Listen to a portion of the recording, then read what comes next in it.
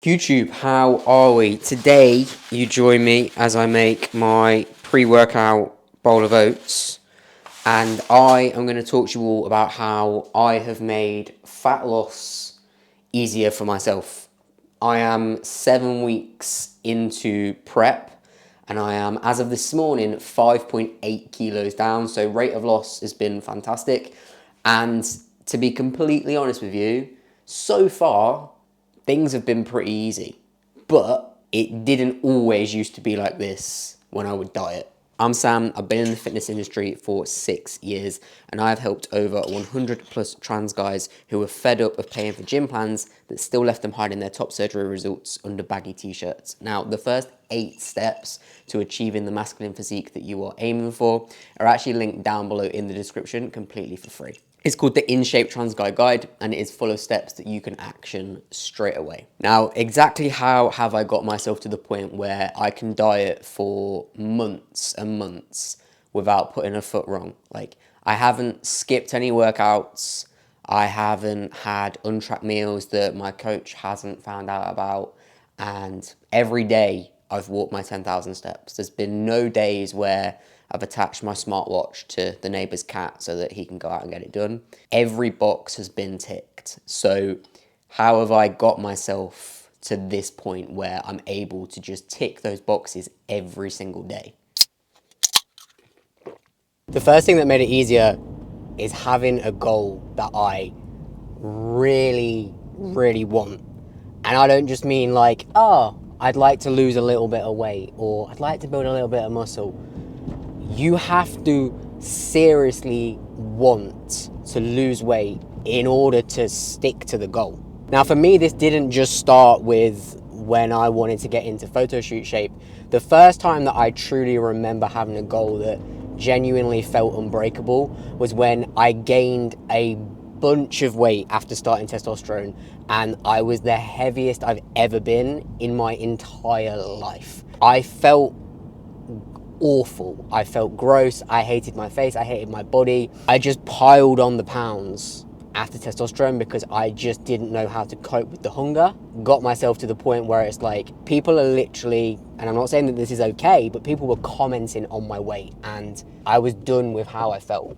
And it was being done with how I felt that meant in the moment when I was hungry or someone offered me something and I would normally say yes, I said no. That's the reason why dieting feels so hard from day one for you, is because actually you just don't want that goal badly enough. I was done with how I felt, and that diet I went on to go, I think I did like 3 months before I put in my first refeed. This photo shoot prep that I'm on now, I've been in it for 7 weeks. I'm going to have to have lost about 7 kilos before I get my first refeed. There will be no boxes unticked until that moment. The prep that I did before, I can't remember how long I went without an official refeed, but again, like months. It doesn't just have to be a photo shoot prep. You've just got to be fed up enough of where you are right now and wanting badly enough that goal that you've set yourself. So the reason that dieting has become so much easier for me now is because every time that I set myself a goal, I want it.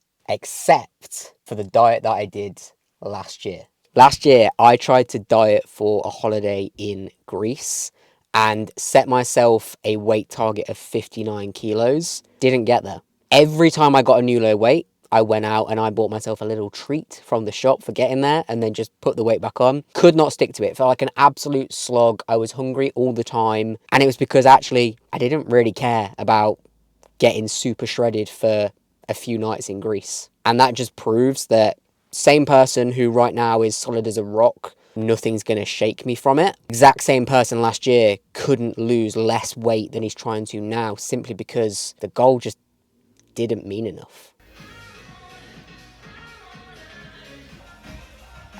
Okay, the next thing that I have done that has made dieting a million times easier is volume over cravings. Let me give you an example. So my current snack is 2 servings of sugar-free jelly, 200 grams of 0% fat Greek yogurt, and an entire punnet of raspberries. It is 625 grams of food. It's gonna fill up this entire bowl. For the same calories, I could have what I honestly fancy more, which would be a grenade protein bar. Just being able to dip the chocolate into my coffee and have that melt would just be perfection. But that's about 3 bites of food and 60 grams worth of food in my stomach. I remember last time I prepped a couple of years ago, I was so hungry from week 1,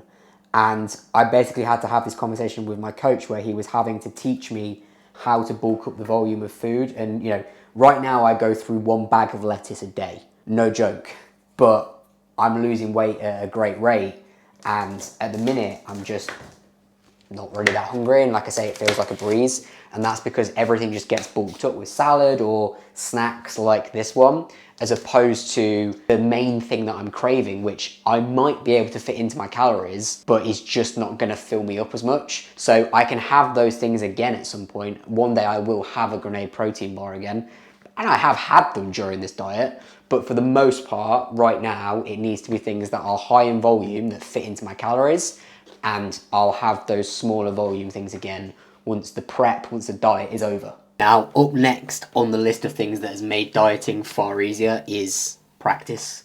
And this is the one thing that you can't speed up. I wouldn't be much of a coach if I hadn't tried a million different diets over the course of years. Dieting, if we're talking about willpower, is not only to do with, yes, having a goal that means enough to you, but it's also learning to sit with hunger.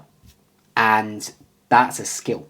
It's emotional regulation, and it's a skill to learn to push yourself and how much you can sit with. You know, I tried diets when I first got into going to the gym that were massively unsuccessful, mostly because the approach that I took, I tried keto, I tried all different kinds of things that for me personally just didn't work. But what it has done is opened up this ability for me to, maybe sometimes I will have a client who will come on board and they might get on with a lower carb approach. Ultimately, as long as someone is in a calorie deficit, they're going to lose weight, and how you go about creating that calorie deficit is person dependent. And I've had a lot of practice with it, which means that me, when I diet, it makes it a hell of a lot easier because I can call on things that I've learned on from past experiences of dieting. And it also makes me a better coach as well, because if I was telling people to, you know, not eat the burger that's in front of them, but I was always eating the burger that's in front of me, I would be a massive hypocrite. So practice has made dieting easier, and you can't rush that.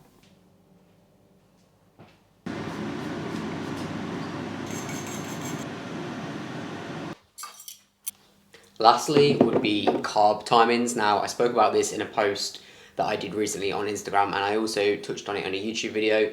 For me, carb timing in this prep, I feel like I've mastered it in comparison to other ones. I have fallen into that trap before of trying to either evenly distribute my carbs over the entire day, which when food is as low as mine is, I'm at 1,525 calories a day, 140 grams of carbs.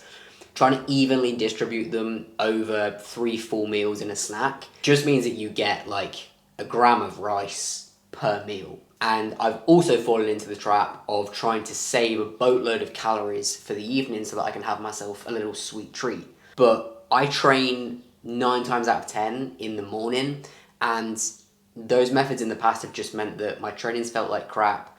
I've been really hungry, groggy throughout the day, and just not really been able to focus as much. But now I prioritise getting my carbs, or the majority of my carbs, pre and post workout. So for me, I work out in the morning, so I'll use my breakfast as a pre-workout, so I'll have a boatload of carbs in that. Post workout will be lunch, again I'll have carbs. My afternoon snack between lunch and dinner will have a little bit of carbs, not loads but a bit, and then dinner is usually pretty low carb. And the thing is, yes, that does mean that I'm probably at my absolute hungriest in the evening, but it's not long after I've had dinner that I go to bed, so I sleep through the hunger.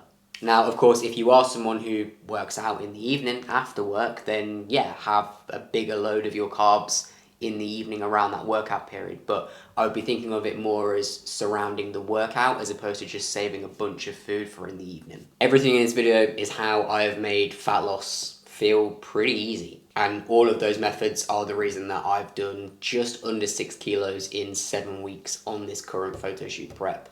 I cannot wait. I'm nearly halfway through prep, which is crazy to say. If you're not already, make sure you're following me over on Instagram so you can see the daily updates on how I'm getting on and so that you don't miss the actual shoot days. The first shoot is October 3rd, second shoot is October 12th. And as always, the In Shape Trans Guy Guide is down below. 8 steps that you can action straight away. There are my favourite arm exercises in there, stuff about ab training, stuff about working out your own calories regardless of whether or not you're on testosterone. There's a calculation in there that will help you work out your calories for fat loss. As always, I will see you all in the next one.